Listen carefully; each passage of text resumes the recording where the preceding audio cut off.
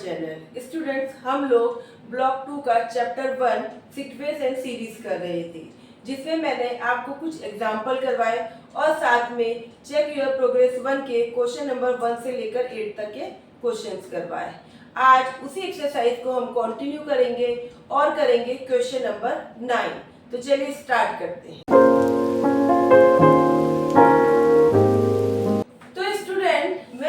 Check your progress 1 का question number 9 करवाने वाली हूँ, लेकिन क्वेश्चन नंबर 9 करवाने से पहले लास्ट क्लास में लास्ट वीडियो में मैंने आपको एक टर्म बताई थी एन, यानी कि nth टर्म निकालना कि किसी अरिथमेटिक प्रोग्रेशन की nth टर्म कैसे निकालते हैं। तो बेटा मैंने उसके लिए आपको एक फॉर्मूला बताया था कि किसी भी अरिथमेटिक प्रोग्रेशन की एपी की अगर आपको nth टर्म निकालनी है तो उसके लिए फॉर्मूला है a प्लस n-1 d। यानी कि अगर आपको सेकंड टर्म निकालनी है तो n की वैल्यू क्या हो गई, 2 हो गई, तो आपको n की जगह 2 रखना है। a का मतलब फर्स्ट टर्म होता है और d का मतलब कॉमन डिफरेंस होता है। यानी कि अगर आपको किसी भी अरिथमेटिक प्रोग्रेशन एपी की nth टर्म निकालनी है, बीच की कोई भी टर्म निकालनी है, तो वहां पे जो टर्म निकालनी है n की वैल्यू दे रखी है, n की वैल्यू पुट करिए और डायरेक्ट उस टर्म के ऊपर उस टर्म पे क्या वैल्यू आएगी वो निकल कर आ जाएगी। ये मैंने आपको लास्ट वीडियो में बताया था। अब बेटा क्वेश्चन नंबर जो 9 है, question number 9, question number 10, question number 11, इन सब क्वेश्चन में ना इस वाले फॉर्मूले का यूज होगा। यानी कि इन सब क्वेश्चन में आपको कहीं ना कहीं nth टर्म यूज करनी पड़ेगी, कोई ना कोई टर्म आपसे पूछी जाएगी या उसका यूज होगा। इसलिए मैंने इसका यहाँ पे क्या कर दिया, फॉर्मूला लिख दिया है। चलिए अब स्टार्ट करते हैं क्वेश्चन नंबर 9। तो बेटा क्वेश्चन नंबर 9 पे लिखा है कि the fourth term of an arithmetic progression is equal to 3 time the first term. कह रहा है कि फोर्थ टर्म, यहाँ पे मैंने आपको nth टर्म बोला था, है ना, तो उसका मैंने इसलिए फॉर्मूला लिख दिया। यहाँ पे क्वेश्चन में फोर्थ टर्म बोला है, तो पहले क्या क्वेश्चन में क्या बोला है हम उसका मीनिंग समझते हैं। कह रहा है कि जो फोर्थ टर्म जो है a4, यानी फोर्थ टर्म का मतलब a4 हो गया। फोर्थ टर्म जो है एक एपी की इक्वल है 3 टाइम्स ऑफ फर्स्ट टर्म, यानी फर्स्ट टर्म क्या होगी, a होगी, उसकी 3 टाइम्स यानी 3 गुना है। यानी कि a4 जो है, फोर्थ टर्म जो है वो फर्स्ट टर्म की कितनी है, वो इक्वल है फर्स्ट टर्म की 3 टाइम यानी 3 गुना। यानी कि फर्स्ट टर्म का अगर आप 3 से मल्टीप्लाई कर दोगे तो वो किसके इक्वल आएगी, a4 के, यानी फोर्थ टर्म के इक्वल आएगी। अब आगे कहता है कि जो 7 टर्म है एंड जो 7 टर्म है, 7 जो टर्म है, ठीक है, वो 7 जो टर्म है वो ट्वाइस, वो एक्सीड है, वो ज्यादा है। 7 टर्म जो है ज्यादा है, कितनी ज्यादा है, कह रहा है ट्वाइस द थर्ड टर्म। अगर मैं थर्ड टर्म की बात करूं तो थर्ड टर्म का मतलब क्या हो गया, a3 हो गया, ठीक है। इस a3 से ये क्या है, ट्वाइस है, डबल है, ठीक है, और डबल है, साथ में कह रहा है एंड थर्ड टर्म बाय 1, यानी कि बाय 1 का मतलब क्या हो गया कि इसमें क्या है, एक ज्यादा है। यानी a7 जो टर्म है वो a3 से डबल है, ठीक है, ट्वाइस है, मतलब कितनी ज्यादा है, डबल है, ट्वाइस है, और साथ में प्लस उसमें क्या हो रहा है, 1 हो रहा है। यानी कि a टर्म जो भी है, a3 की जो वैल्यू है a7 की वैल्यू से क्या है, डबल है, और साथ में 1 प्लस हो रहा है। अब मुझे यहाँ पे क्या दिखाना है, इक्वल दिखाना है, तो मैं यहाँ पे क्यों ना, ये डबल है तो इसको डबल कर दूं, और यहाँ पे 1 ज्यादा है तो मैं यहाँ पे 1 कर देती हूँ। अब तो आप इक्वल का साइन लगा सकते हो, है ना। क्वेश्चन में कह रहा है कि जो 7 टर्म है वो थर्ड टर्म से ज्यादा है, कितनी ज्यादा है, डबल है, कितनी ज्यादा है, डबल है। तो अगर ये डबल है तो इसको बराबर, तो यहाँ पे भी डबल कर दूं, ठीक है, और वो 1 ज्यादा है तो यहाँ पे भी मैंने 1 ज्यादा कर दिया, तो अब ये क्या हो गया, इक्वल हो गया, यानी अब इक्वल का साइन लग सकता है ना। तो चलिए अब ये दो चीजें आपको क्वेश्चन के अंदर दे रखी है और पूछ रहा है find it first term and the common difference. वो क्वेश्चन में आपसे a पूछ रहा है और d पूछ रहा है।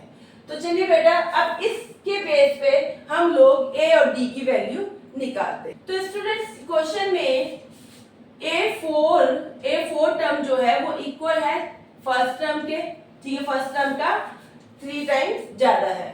ये क्वेश्चन में गिवन है ना, ये क्वेश्चन में गिवन है। अगर मैं इसको लेके चलती हूँ तो ए फोर टर्म बोली है, यानी कि अगर मैं इस फॉर्मूले के अकॉर्डिंग देखूं तो क्या बनेगा ए4 का, ए प्लस एन माइनस वन। तो एन की वैल्यू कितनी है बेटा यहाँ पे 4, यानी कि यहाँ लिखूंगी 4 माइनस 1 डी इक्वल 3। ठीक है, अब यहाँ पे ये कौन सी टर्म है, ये फर्स्ट टर्म है ना, फर्स्ट टर्म ही तो है, ए फर्स्ट टर्म ही तो होती है, तो 1 लिख सकते हैं हम यहाँ पे। तो इसके लिए क्या फॉर्मूला लगेगा, इसके लिए फॉर्मूला लगेगा ए प्लस एन की वैल्यू यहाँ पे कितनी है, एन की वैल्यू 1 माइनस 1 डी। ठीक है बेटा, यहाँ पे 4 टर्म थी तो मैंने n की वैल्यू 4 थी तो 4 के अकॉर्डिंग ये फॉर्मूला लगा दिया। यहाँ पे ये फर्स्ट टर्म है यानी कि n की वैल्यू 1 है तो मैंने 1 के अकॉर्डिंग ये फॉर्मूला लगा दिया कि a plus N minus 1 D. ठीक है, और ये क्वेश्चन में उसने बोला कि ये क्या है, दोनों वैल्यू इक्वल है। अब मैंने इसको सॉल्व करा तो a प्लस 4 माइनस 1 कितना हो गया 3 को d से मल्टीप्लाई करा तो ये क्या हो गया 3d हो गया बच्चे, है ना। 4 में से 1 गया 3 को d से करा तो 3d आ गया। ऐसे ही इसको सॉल्व करा, यहाँ पे ये 3 तो बाहर है, 1 में से 1 गया 0, ये तो 0 को d से मल्टीप्लाई करेंगे तो वो क्या हो जाएगा 0 हो जाएगा, यानी कि ये सिर्फ क्या बचा 3a बचा, है ना। ये वाला पूरा पोर्शन तो क्या हो गया 0 हो गया, 1 में से 1 गया तो 0, तो पूरा पोर्शन 0 हो गया, यानी कि 3 और a 3a बचा।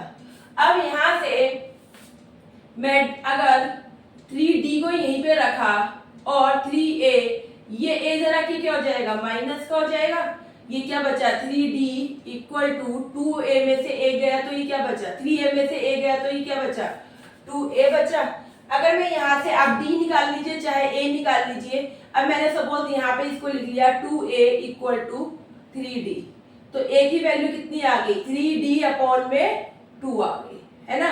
अभी a की जो वैल्यू आई है वो आई है 3d अपॉन में 2, यानी प्योर a की वैल्यू नहीं निकली है, अभी a की वैल्यू किसकी फॉर्म में आई है d की फॉर्म में आई है। ठीक है, यहाँ पे 3d और इक्वल टू 2a था तो मैंने 2a को एज इट इज रखा, ये 2a इक्वल टू 3d था तो मैंने a को एज इट इज रखा, 2 की a से मल्टीप्लाई हो रही तो इधर आके क्या हो जाएगा डिवाइड हो जाएगा, तो a की वैल्यू क्या निकल कर आई है 3d अपॉन में 2। इसको क्या नाम दे दिया, इसे इसको नाम दे दिया इक्वेशन 1। चलिए अब सेकंड क्या दे रखा है आपको दे रखा है a7 इक्वल है टू a3 प्लस 1 के। ठीक है, ये भी क्वेश्चन में गिवन है, यही तो दो चीजें तो गिवन है क्वेश्चन के अंदर। अब इसी तरीके से जैसे ऊपर सॉल्व कर रहा है हम लोग इसको सॉल्व करते हैं तो a7 का क्या बनेगा a प्लस 7 माइनस 1 d, है ना। n की वैल्यू यहाँ पे इस वाले में क्या हो गई 7 हो गई, यहाँ देखते हैं 2a प्लस n की वैल्यू a3 है तो n की वैल्यू क्या हो गई 3, यानी 3 माइनस 1 और बाहर क्या है 3 माइनस 1 d। ठीक है, ये तो मैंने a3 का फॉर्मूला लगा दिया, ये an था तो मैंने क्या लगा दिया 2 लिख के a3 का फॉर्मूला लगा दिया बेटा। ठीक है, और साथ में अब क्या हो रहा है प्लस 1 हो रहा है, यानी 2 एज इट इज लिखा, a3 का ये पूरा फॉर्मूला लगाया, फिर प्लस 1 है तो यहाँ प्लस 1 कर दिया। चलिए इसको फर्दर सॉल्व करते हैं हम लोग, तो a 7 में से 1 गया 6 को d से मल्टीप्लाई करा तो ये क्या आ गया 6d हो गया।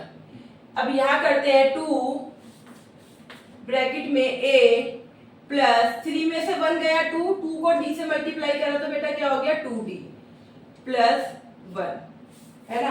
अब इसको फिर से और सॉल्व करते हैं, ये हो गया आपका a प्लस 6d इक्वल, अब इस पूरी ब्रैकेट की 2 से क्या हो रही है मल्टीप्लाई हो रही है तो पहले मल्टीप्लाई कर दे, 2 की a से करी तो 2a, 2 की 2d से करी तो 4d प्लस 1। अब इसको और सॉल्व करते हैं हम लोग, अब ए वाले को एक तरफ कर लेते हैं और डी वाले को एक तरफ कर लेते हैं। तो बेटा अब यहाँ पे मैं 6d इक्वल ऐसा करती हूँ, ये पूरा लिख लेती हूँ यहाँ पे, ये a plus 6d equal 2a plus 4d plus 1। ठीक है, ये एच अभी लिख लिया मैंने यहाँ पे। अब क्या करते हैं, डी वाले को अलग और ए वाले को अलग कर लेते हैं। तो यहाँ पे बेटा 6d 4d इधर आके क्या हो जाएगा, माइनस हो जाएगा 2a, और ये इधर a इधर आके क्या हो जाएगा, माइनस, साथ में प्लस 1। डी वाले को एक तरफ कर लिया, ए वाले को एक तरफ कर लिया। 6d में से 4d गया तो क्या बचा, 2d बचे। 2a में से a गया तो a बचा, a प्लस 1। ठीक है बेटा, अब आपका यहाँ से 2d क्या निकल कर आया, 2d equal to a plus 1। अब a की वैल्यू तो यहाँ पे दे रखी है 3d अपॉन में 2। तो फ्रॉम इक्वेशन 1 d की वैल्यू क्या दे रखी है, सॉरी a की वैल्यू क्या दे रखी है बेटा, a की वैल्यू दे रखी है आपकी 3d अपॉन में 2, है ना। 3d अपॉन में 2 तो दे रखी है की वैल्यू, तो a की वैल्यू पुट कर देते हैं हम यहाँ पे। तो ये हो गया 2d इक्वल टू a की जगह क्या लिखते हैं, 3d अपॉन में 2, और साथ में क्या हो गया, 1 हो गया। ठीक है बेटा, अब 2d एलसीएम ले लेते हैं, ये 2 हो गया, ये 3d, यहाँ पे क्या आ जाएगा बच्चे, 2 आ जाएगा। इसके नीचे क्या है, 1 है, इसके नीचे क्या है, 1, तो 1 को 2 से करा 2 आ गया, 1 को 2 से डिवाइड करा 2 को 1 से मल्टीप्लाई करा तो 2 ही आएगा। एलसीएम लेना तो आता ही है ना। तो अब ये 3d प्लस 2 हो गया। अब 2 इस पूरे के नीचे क्या हो रहा है, इस पूरे के नीचे क्या हो रहा है, डिवाइड हो रहा है, तो इधर आके क्या हो जाएगा, मल्टीप्लाई हो जाएगा, यानी 2 इधर आके क्या हो गया, 2d से मल्टीप्लाई हो गया। ये हो गया 3d प्लस 2। ये बेटा हो गया, 2 को 2d से करा तो 4d इक्वल 3d प्लस 2। अब 3d को इधर ले आते हैं, 4d माइनस 3d इक्वल क्या बचा, 2 बचा, 3d तो इधर आ गया, माइनस हो गया। तो 4d में से 3d गया तो क्या बचा, d बचा, एक d बचा। तो d की वैल्यू कितनी निकल कर आ गई बेटा, 2 निकल कर आ गई। d की वैल्यू कितनी निकल कर आई है, 2 आई है ना। मैंने यहाँ पे a की वैल्यू जो थी, जो d की फॉर्म में थी, वो इस इक्वेशन में यहाँ पुट कर दी, तो यहाँ से आपकी d की वैल्यू 2 निकल कर आ गई। अब यही d की वैल्यू आप अगर यहाँ पुट कर दो, d equal to 2 put in equation 1। ठीक है, वैसे तो आप कहीं पे भी पुट करोगे अब तो निकल कर आ ही जाएगा। जब d पता है, एक वैल्यू पता होती है तो दूसरी इजीली निकल कर आती है, तो यही पुट कर देते हैं, छोटा सा ये। ठीक है, a इक्वल टू क्या दे रखा है, 3d अपॉन में 2, 3d अपॉन में 2। तो बच्चे 3d की वैल्यू क्या निकल कर आई है, 2 निकल कर आई है, अपॉन में 2 से 2 कैंसिल हो गया, तो आपके a की वैल्यू कितनी आ गई, 3 आ गई। a की वैल्यू कितनी आ गई, 3 आ गई। यानी कि आपकी फर्स्ट टर्म कितनी निकल कर आ गई, 3 निकल कर आ गई। कॉमन डिफरेंस कितना निकल कर आ गया, 2 निकल कर आ गया। तो देखा आप लोगों ने, क्वेश्चन में 2 चीजें दे रखी हैं छोटी सी। ठीक है, उन्होंने क्वेश्चन में कहीं पे भी इस फॉर्मूले का यूज नहीं बोल रखा कि करना है। उन्होंने बोला कि a 7 टर्म जो है वो इस टर्म के इक्वल है, ये दूसरी टर्म जो है वो इस टर्म के इक्वल है, तो आप a और d की वैल्यू निकालिए। तो मैंने यहाँ पे n टर्म वाला फॉर्मूला यूज करा और उसके थ्रू मैंने a और d की वैल्यू निकाल ली। तो बेटा a की वैल्यू 3 आ गई है और d की वैल्यू क्या आ गई है, आपकी 2 आ गई है। तो इस तरीके से आपका ये क्वेश्चन यहाँ पे कंप्लीट हो रहा है। देखा कितना इजी है, कुछ भी ऐसा बहुत लंबी चौड़ी कैलकुलेशन भी नहीं है, बस थोड़ा सा आपकी प्रैक्टिस पर डिपेंड करता है। थोड़ा प्रैक्टिस करिए तो आपके माइंड में ऐसे क्वेश्चन सेट हो जाएंगे। तो चलिए, अब क्वेश्चन नंबर 9 करने के बाद मैं आपको करवाती हूँ क्वेश्चन नंबर 10। तो चलिए स्टार्ट करते हैं क्वेश्चन नंबर 10। तो स्टूडेंट, क्वेश्चन नंबर 10 में लिखा है कि if p plus 1 term of an arithmetic progression. कौन सी टर्म की बात की गई है बेटा, p प्लस 1 टर्म, यानी कि कैसे लिख सकते हो आप इसे, a p प्लस 1 टर्म, है ना। आप n टर्म को कैसे लिखते हो, a n लिखते हो ना, और फॉर्मूला क्या होता है, a plus n minus 1 d, इस फॉर्मूले का यूज करते हैं। तो कह रहा है p प्लस 1 जो टर्म है वो अरिथमेटिक प्रोग्रेशन की is twice the q plus 1 term. कौन सी टर्म, q प्लस 1 टर्म।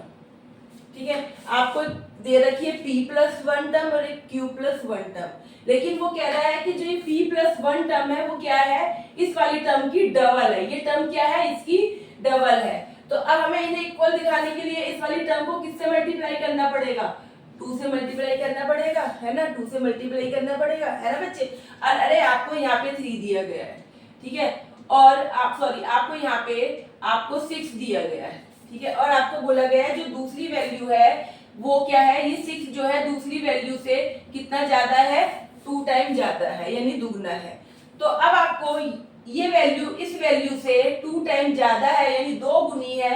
तो अगर आपको इनको इक्वल दिखाना है तो क्या करना पड़ेगा, यहाँ पे 2 से मल्टीप्लाई कर देना पड़ेगा, है ना भाई। ये 2 गुना ज्यादा है तो इसको भी 2 गुना कर देते हैं, इक्वल हो जाएगा। तो ये काम तो मैंने यहाँ पे किया है, कह रहा p प्लस टर्म जो है वो ट्वाइस है, डबल है इस वाली टर्म की।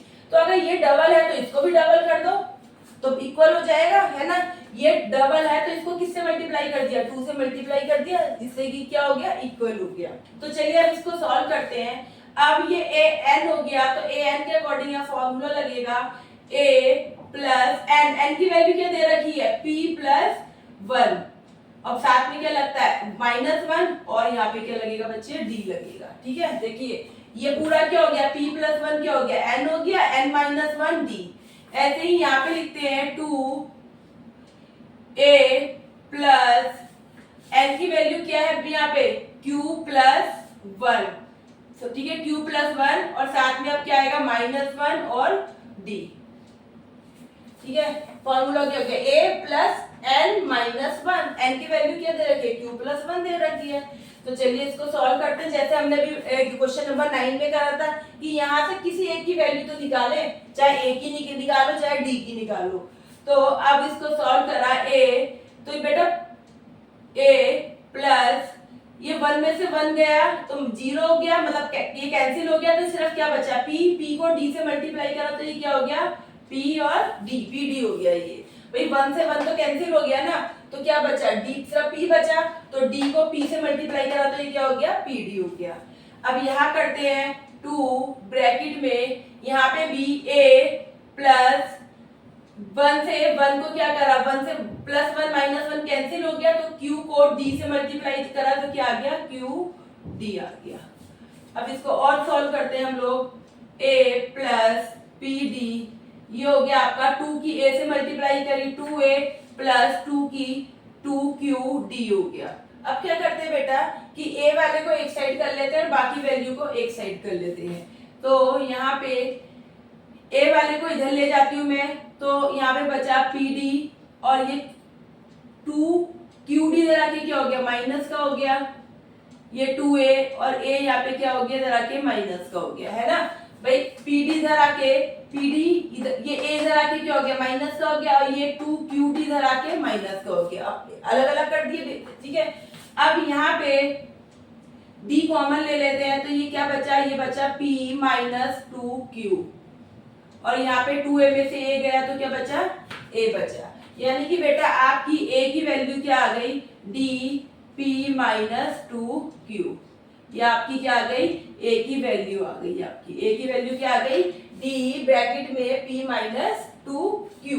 इसको हम क्या नाम दे देते हैं, इक्वेशन 1 दे देते हैं बेटा, ठीक है।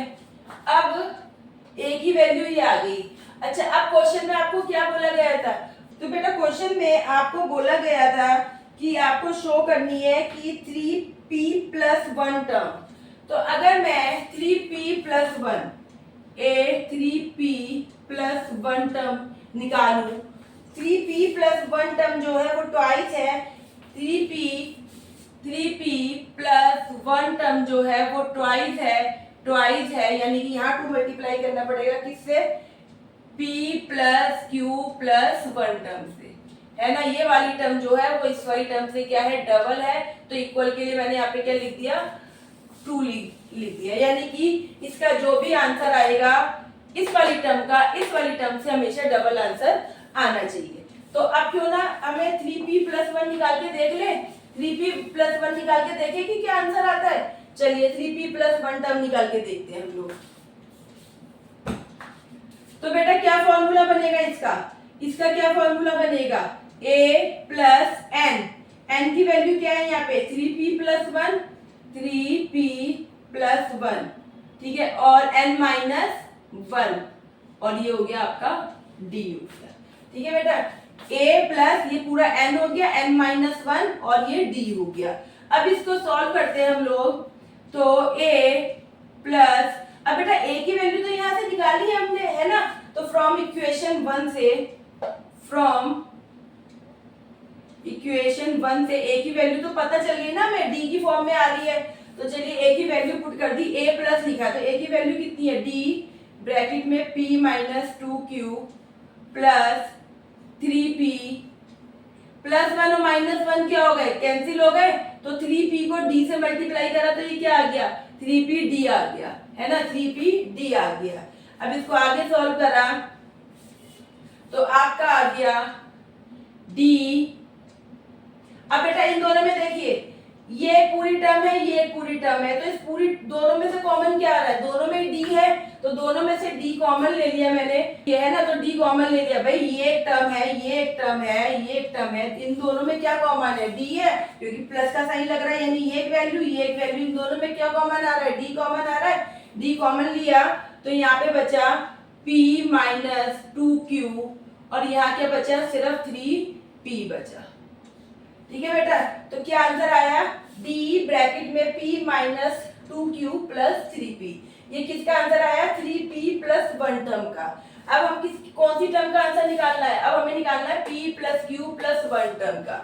उसने बोला है कि p plus q plus 1 term का जो भी आंसर होगा वो इस वाली का क्या होगा, आधा होगा, यानी ये वाली टर्म जो है हमेशा 3p वाली जो टर्म है वो इस वाली टर्म की क्या है, दुगनी है। ये तो इक्वल का साइन के लिए यहाँ पे 2 लगाया मैंने, वैसे वो पूछ रहा है कि ये वाली जो टर्म है वो इस वाली टर्म की क्या है, वो इस वाली टर्म की क्या है, दुगनी है। ये वाली टर्म जो है इस टर्म की क्या है, दुगनी है। तो 3p प्लस 1 टर्म का आंसर निकाल लिया बेटा हमने। अब हमें क्या निकालना है, p plus q plus 1 term का आंसर निकालते हैं। देखते हैं क्या ये 3p प्लस वाली जो टर्म है वो इसकी डबल है कि नहीं है। तो चलिए फॉर्मूला लगाते हैं, a प्लस n की वैल्यू क्या है, p प्लस q प्लस 1 फिर माइनस 1 और d, है ना। n कितना बड़ा है, p प्लस q प्लस 1, तो n माइनस 1, तो मैंने वही तो लिख दिया n माइनस 1। अब फ्रॉम इक्वेशन 1 से a की वैल्यू ले लेते हैं। फ्रॉम इक्वेशन 1 से a की वैल्यू क्या ली थी, a की वैल्यू क्या है, d, a की वैल्यू क्या है, d ब्रैकेट में p माइनस 2q। ठीक है बच्चे, a की वैल्यू लिख ली, अब प्लस है, अब p प्लस q और यहाँ पे प्लस का 1 और माइनस 1 का 1 कैंसिल हो गया, तो सिर्फ यहाँ पे क्या बचा, यहाँ पे p दोनों कैंसिल हो गए, तो सीधा मैंने क्या लिख दिया, d लिख दिया। अब इसको सॉल्व करते हैं बेटा।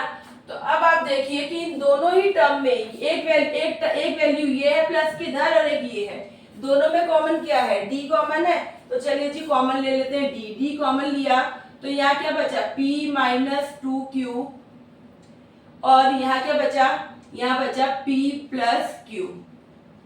ठीक है बेटा, अब यहाँ से d की कुछ कैंसिल हो रहा है, हाँ कैंसिल हो रहा है, p और p कितना हो गया, 2p हो गया और 2q में से एक q गया तो माइनस के q आ गया। तो ठीक है बेटा, देखा आपने, तो यहाँ पे क्या आया कि d ब्रैकेट में 2p माइनस q, क्यों, क्योंकि भाई p और p क्या हो गए, 2p हो गए और माइनस 2q में से q गया तो ये क्या बचा, माइनस का बचा।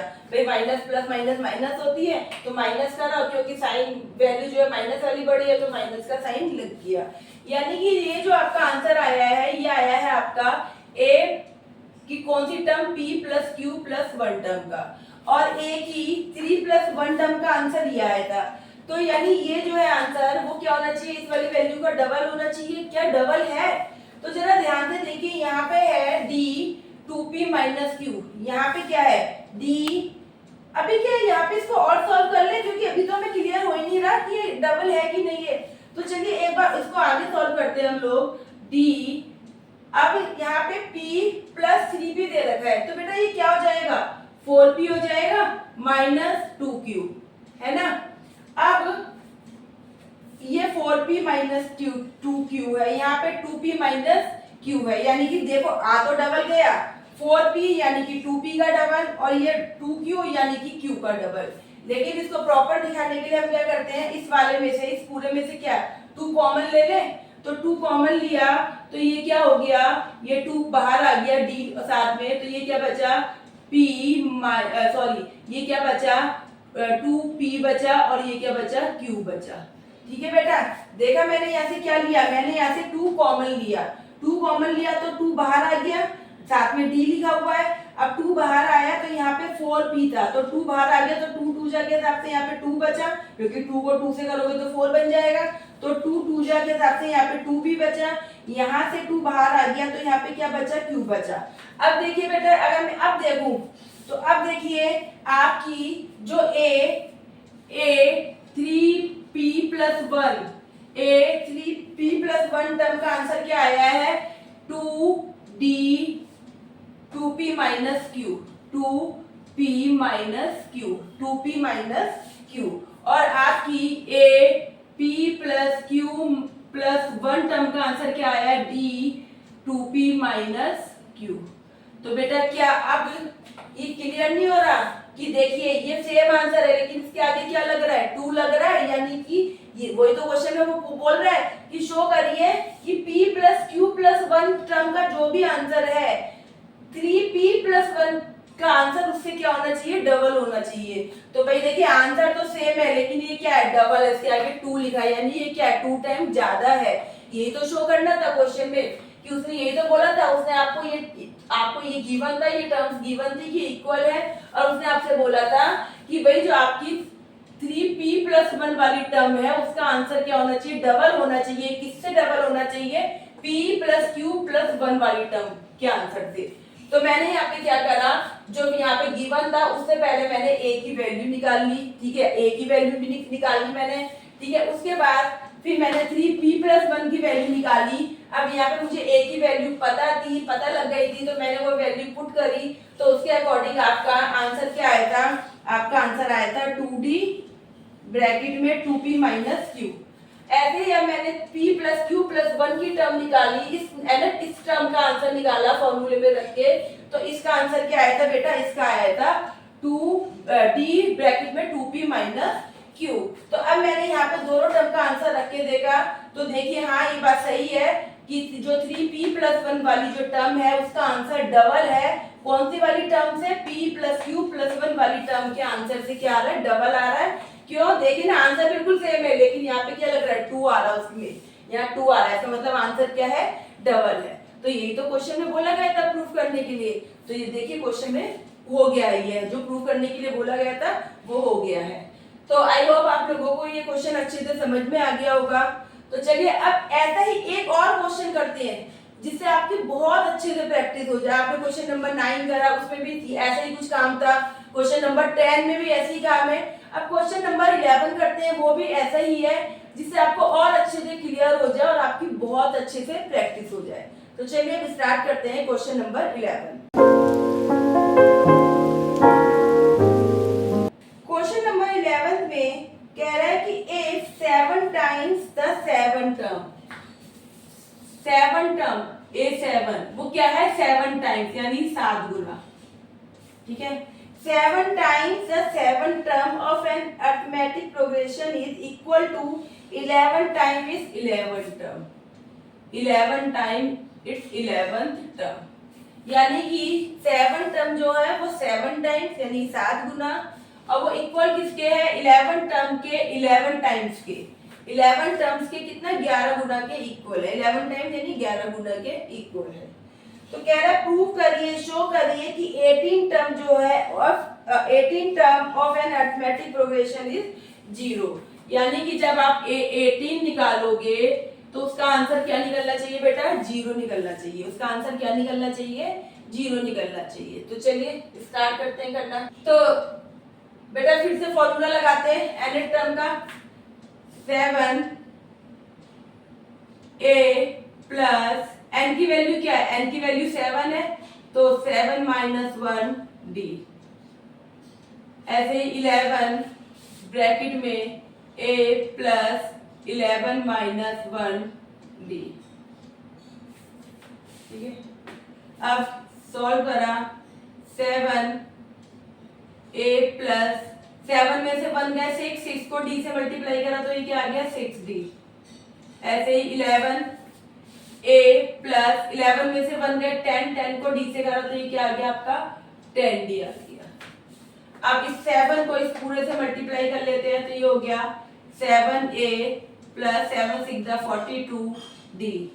ऐसे ही 11 को a से करा 11a प्लस 11 को 10 से करा तो 110। तो बेटा अब हम लोग क्या करते हैं, a वाले टर्म को एक साइड कर लेते हैं और d वाले को एक साइड कर लेते हैं। तो ये आपका 7a 11a इधर आके माइनस का हो गया 110 और इधर आके 42 माइनस का हो गया।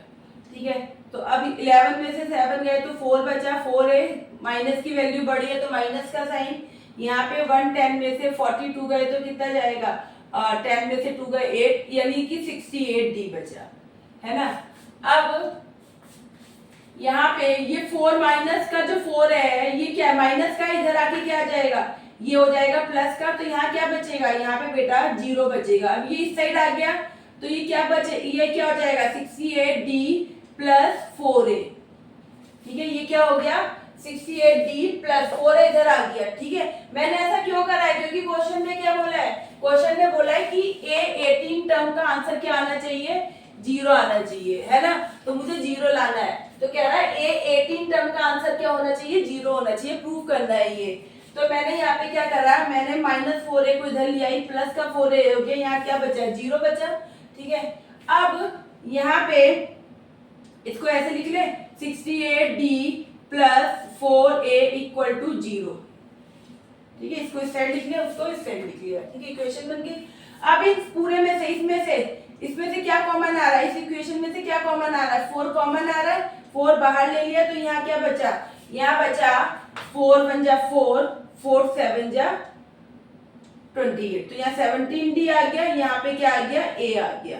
ठीक है बेटा, ये हो गया 0, 4 कॉमन ले लिया तो 68 की जगह क्या बचा 17 बचा, 17 4 जा 68 होता है, यहाँ से 4 बाहर आ गया तो सिर्फ क्या बचा a बचा। अब ये 4 इस 4 की इस ब्रैकेट के साथ क्या हो रही है, मल्टीप्लाई हो रही है, उधर आके क्या हो जाएगा डिवाइड होगा, 0 से तो कुछ भी करो क्या हो जाएगा 0 बन जाएगा, यानी ये 4 इस साइड आके क्या बन जाएगा 0 ही बन जाएगा, है ना। यहाँ मल्टीप्लाई हो रही है, यहाँ भी डिवाइड होगा 0 के साथ तो 0 ही है वो। तो यानी कि अब आपका ये क्या आ गया, ये आ गया 17d plus a equal to 0। ठीक है, ये लीजिए आ गया आंसर। अब आप बोलोगे मैम ये का आंसर आया, ये कौन सा आंसर है 17d प्लस a, ये तो बोला ही नहीं था, क्वेश्चन में बोला गया था कि प्रूव करिए कि a18 टर्म का आंसर क्या है 0 है। यहाँ पे ये 18 टर्म कैसे, तो बेटा जरा आप इसमें a18 टर्म है इसके लिए फॉर्मूला पुट करिए। तो आप फॉर्मूला पुट करेंगे a18 का, तो a प्लस n की वैल्यू क्या है 18 माइनस 1d, तो a प्लस 18 में से 1 गए क्या बचा 17 की मल्टीप्लाई करी क्या आ गया d से मल्टीप्लाई करी तो d 17d, तो क्या आया a प्लस 17d आया है। तो बेटा ये क्या है, ये क्या है, ये a प्लस 17d तो है, किसके इक्वल आ रहा है ये 0 के तो इक्वल आ रहा है ये। ठीक है, आप 18 टर्म को जो फॉर्मूले में रखते हो तो a प्लस 17d तो बनता है ना। तो भाई ये भी तो यही आ रहा है, a प्लस 17d का मतलब क्या हो गया, a 18 टर्म ही तो हो गई है ना। तो a 18 टर्म का आंसर कितना आ रहा है 0 आ रहा है। तो ये देखिए प्रूव हो गया, a प्लस 17d का मतलब क्या हो गया, कौन सी टर्म है ये 18। आप फॉर्मूले में पुट करिए a plus 18 minus 1 into D, तो 18 में से बन गया 17d, a प्लस 17d तो हुआ। अभी तक हमने इतने क्वेश्चंस करे हैं, अब तो आपको पता लग गया होगा कि अगर 7 टर्म है तो क्या बनता है 6d बनता है, एक नंबर पीछे होता है क्योंकि फॉर्मूले में क्या है 1 हो रहा है। यहाँ पे 11 टर्म थी तो क्या बना था 10d बना था, यहाँ 18 टर्म है तो क्या बनेगा 17d बनेगा, है ना। एक नंबर माइनस करके तो आपको क्लियर हो गया था। तो a प्लस 17d का मतलब कौन सी टर्म हो गई, ये 18 टर्म ही तो हो गई, मैंने आपको फॉर्मूले में रख के भी दिखा दिया। तो क्या आंसर आ रहा है a plus 17d equal to 0, यही तो प्रूव करना था। a प्लस 17d का मतलब क्या हो गया, ये क्या हो गया a 18 हो गई, a 18 टर्म हो गई, तो इसका आंसर कितना आ गया 0 आ गया। तो क्वेश्चन में यही तो बोला गया बच्चे कि आपको प्रूव करना है कि a 18 जो है टर्म उसकी वैल्यू क्या आ गई 0। तो आ तो गया क्वेश्चन, हो तो गया। तो आप यहाँ लिख दीजिए हेंस प्रूव, आपने ये प्रूव तो कर दिया। ठीक है बेटा, तो इस तरीके से आपका ये क्वेश्चन नंबर 11 यहाँ पे कंप्लीट हो रहा है। बेटा मैंने आप लोगों को क्वेश्चन नंबर 9 करवाया, आज क्वेश्चन नंबर 10 करवाया, क्वेश्चन नंबर 11 करवाया। ठीक है, यानी कि आपकी चेक योर प्रोग्रेस 1 आज कंप्लीट हो गई है। आई होप आप लोगों को चेक योर प्रोग्रेस 1 अच्छे से समझ में आई होगी, अर्थमेटिक प्रोग्रेशन समझ में आया होगा, उसमें ए टर्म क्या होती है, उसमें डी क्या होता है, एन टर्म निकालने के लिए क्या फॉर्मूले होते हैं, और एन टर्म का यूज करके हम लोग कैसे इन क्वेश्चन को ऐसे सॉल्व कर सकते हैं, ये आप लोगों को अच्छे से क्लियर हो गया होगा। तो स्टूडेंट, मैंने आपको चेक योर प्रोग्रेस 1 आपकी क्या हो गई, आज कंप्लीट हो गई। मैंने आपको चेक योर प्रोग्रेस 1 के सारे क्वेश्चन करवा दिए हैं। आई होप आप लोगों को चेक योर प्रोग्रेस 1 अच्छे से समझ में आई हो कि अर्थमेटिक प्रोग्रेशन क्या होती है, अर्थमेटिक प्रोग्रेशन के अंदर ए टर्म क्या है, पी टर्म क्या है, ठीक है, एन टर्म क्या होती है, उसको कैसे निकालते हैं, उसका क्या फॉर्मूला है, उस एन टर्म का यूज करके, उस फॉर्मूले का यूज करके कैसे अलग अलग क्वेश्चंस किए जाते हैं, ये आप लोगों को आई होप अच्छे से क्लियर हो गया होगा। लेकिन अगर फिर भी आपको कोई प्रॉब्लम है तो आप मुझसे कमेंट करके पूछ सकते हैं। मैं पूरी कोशिश करूंगी कि आपके क्वेश्चन का, आपके कमेंट का रिप्लाई जरूर करूं और आपकी प्रॉब्लम को सॉल्व करूं। तो बेटा, आज की वीडियो में इतना ही, लेकिन जाने से पहले हमारी वीडियो को लाइक करें, अपने फ्रेंड के साथ शेयर करें और चैनल को सब्सक्राइब जरूर करें। Thank you for watching.